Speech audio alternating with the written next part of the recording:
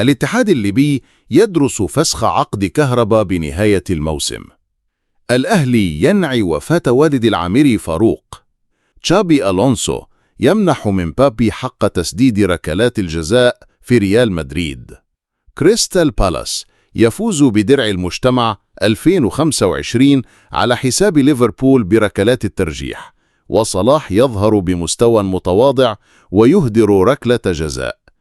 إصابة إسكو وغيابه 12 جولة عن ريال بيتيس، وكامافينجا يغيب عن ريال مدريد أمام أوساسونا.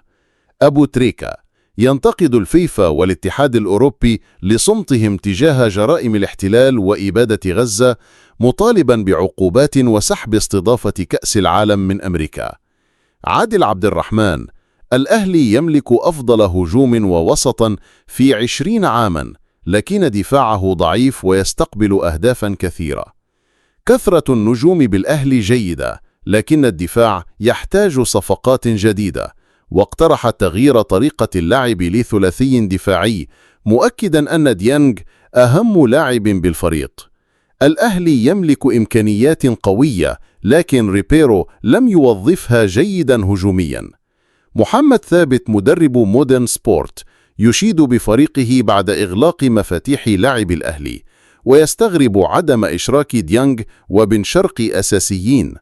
يؤكد أن امتلاك قائمة الأهلي الحالية كفيل بتحقيق إنجازات كبيرة. مجدي عبد العاطي يطالب لاعبيه بالهدوء حتى بعد استقبال أهداف، مشيدا باستغلال الكرات الثابتة. حسام حسن احتفل بهدفه دون استفزاز جمهور الأهلي، لكن تعرض للسب.